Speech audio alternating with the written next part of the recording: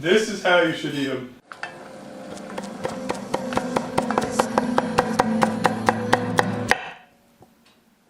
Hi, I'm Phil. Welcome to Pretty Good Cooking.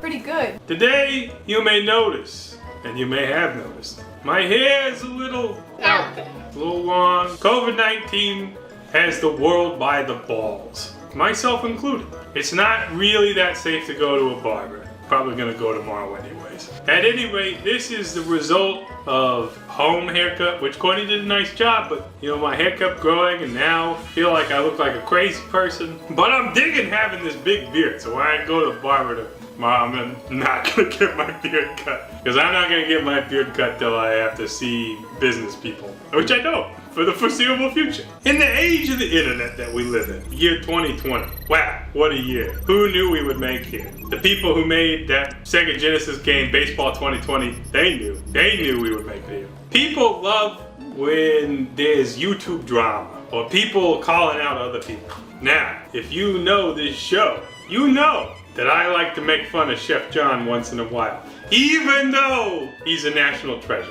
And in my heart of hearts, and in my fart of farts, I love Chef John. Chef John recently released a quick and dirty video, that's what he called it, quick and dirty, on garlic scape pesto. And he even tweeted, here, let's put the tweet, garlic scape pesto was everything they told me it would be.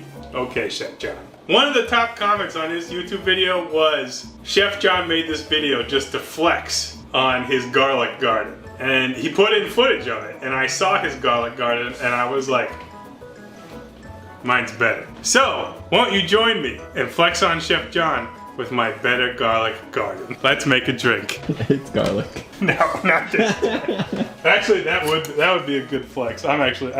It doesn't sound good, but I'm gonna do it just to flex. I can garnish with this garlic scape right here. Wow, now it's a real fancy cocktail. All right, look at how extreme that is. This is like, if this is not the decadence of the economy that we're no longer in, I don't know what is. And much to my pleasure, I can't taste any of the garlic. All right, follow me. This is my garlic plot. It's bigger than Chef John's. Chef John grows his garlic in a box. I grow mine in the ground, like a God-fearing American. In addition to that, I also grow blueberries with my garlic. And they don't do anything to enhance the flavor, but they're there. Garlic scapes are a crazy green bean looking thing that grows at the top of this garlic plant. And here's one right here in the wild. That's a nice looking specimen.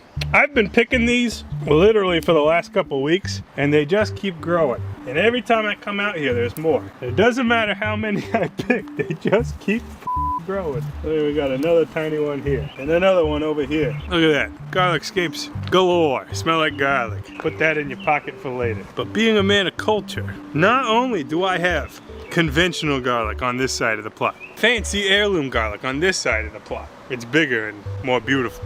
Makes more beautiful scapes. I also have wild garlic all the way over here. Where'd you get that, Phil? I got it from John's dad. Now John's dad probably don't even know about this, but this is actually the easiest part of wild garlic to eat, are these crazy wild scapes. Look at that. And these I've let grow longer so they have more zany, curlicue type things. We'll pick a few of those and we'll put them in our other pocket for safekeeping. And look at that, we are fancier than Chef John. We are garlic number one of the Chef John. So like I mentioned, I'm up to my ass, up to my neck in alligators and garlic scapes. Here's the wild ones, they look so zany. And here's the conventional ones.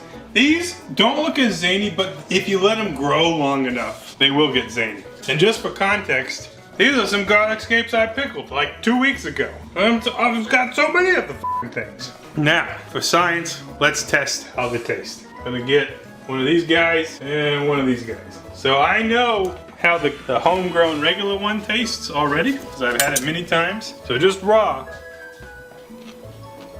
It has the texture of, it's almost a unique texture. It is tender enough that you can eat on its own. It's almost like a green bean, but it has the pungent taste of garlic and it burns a little bit. It's a little spicy. I have not had the wild garlic scape, so I'm curious to see how that tastes. Wow. Oh, texturally, it's not as tender. It has almost like a woody outside, almost like you're eating raw asparagus. It's as spicy, like it's still got a real spicy garlic taste, but it's not as pungent. It's not as focused on the garlic. It's clearly a more wild thing. That's really interesting. What was the ugh about? The texture. I had to chew it a long time. I feel like it's obviously more mature, right? If you look at really what's happening here, they're both forming. This is like the reproductive part of the plant. This is much more formed than this guy is. So the fact that this is more tender means it's gonna taste better, generally speaking. All right, couple recipes tonight. We're gonna replicate Chef John. We're gonna make that pesto. Better. We're gonna be basically the same. So let's make a mix. I say let's make a mix of fresh and wild. And we will need to wash these. They came from the outdoors. So I'm gonna grab some of these, some of those. This seems like a fine amount. Look how zany that is. And we'll give them the signature Bill blast of water to clean them. All right. Now pesto is typically herbs, nuts, oil, sometimes cheese, and it's like blitzed until it's a paste. And the way that Chef John explained it is that and also garlic. The way that Chef John explained it is that the garlic scapes provide the greenness of the herbs, but also the garlic flavor of the garlic. So you can omit, like, you can use one as both. This is your basil, but it's also your garlic. So we will take these and give them a fairly coarse chop. The goal is going to be to get this into something that you can blend. The more you chop it, the less zany it's going to be as you blend it. And I am going to try to use a hand blender or an immersion blender, but if that doesn't work, we'll throw it in a full blender. So here's our first bit, and you can see here we've got roughly a cup. Some of these didn't get chopped that well. Roughly a cup of chopped scapes. And to that we're going to add oil. This is olive oil. I'm gonna add about a half cup of that using this dry measuring cup. I have no feelings on that. No feelings at all. And we will add the juice of a lemon. And tonight I am thinking that I'm going to omit the cheese. Unless it like really doesn't taste good.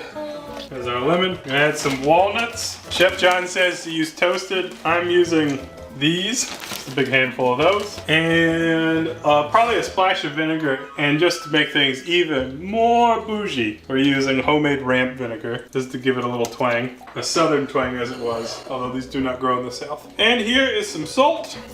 2 big pinches. And we'll see if we can blend this into a pesto. Hopefully we can. If not, we'll find a way. Hi-ho, and away we go. I'm gonna start on a low setting. It's like mowing tall grass. So far, so good. I wonder if I added too many nuts. Let's try it, how it tastes.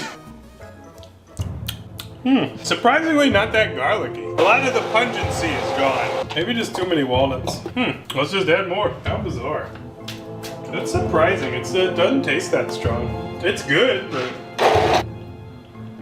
I wonder how much of it is just like my taste buds being blown out. Let me add a little bit of water. It was messing with me real bad. It's like almost all of the pungent flavors is gone to me. Maybe that's normal. But it smells great. Well, we'll set that to the side because we're not sure about that. It tastes good. So that's one thing you can do with it, apparently. Chef John's pesto looked just like that. Maybe a little bit more green, but he probably put color correction on it. All right, what do we do with the rest of these guys? Well, I'll tell you. We're gonna grill them. And this is a really delicious way to eat garlic scapes. And based on my experience with this pesto shit, I think this is the way to eat them. So we'll just take these guys, and you don't gotta chop them or anything. We'll eat the wild ones too. It'll be obvious to me when we try them which is which. Hit them with a little bit of olive oil, a little bit of salt, and that's all you need. But we're not gonna grill them just yet because I gotta put the steak on. Steak in a bag. Take in a bag. It's what's for dinner. This is a flank steak that I marinated in a whole bunch of shit. That shit includes soy sauce, Worcestershire sauce, garlic, honey, oil, mushroom powder, a little bit of herbs. I don't remember what else. But that's gonna be our main dish to eat with these grilled scapes. And that's gotta cook first. So it's about a 1.5 pound flank steak. We'll probably do 6 minutes aside. And the scapes you could probably put on there for that last 6 minutes. So we're gonna cook one side of it first. And we'll put the scapes on. So we'll see you in a few minutes. If you would like to cook these with finesse, you could put foil down, you could use a grill basket. But I've found that simply just throwing them on there works just fine, at least for me. So just plop them on there, spread them out a little bit if you got the grill room. Now these could easily fall through the grill grates, so be wary of that. It is almost inevitable that I will lose some of these. And particularly the pointy tips, those might burn. That's okay, don't worry about it. And we'll show you how they look in a couple minutes. They'll start to blister and they'll look a lot like asparagus. You will probably be surprised at how much this looks like asparagus in a couple minutes.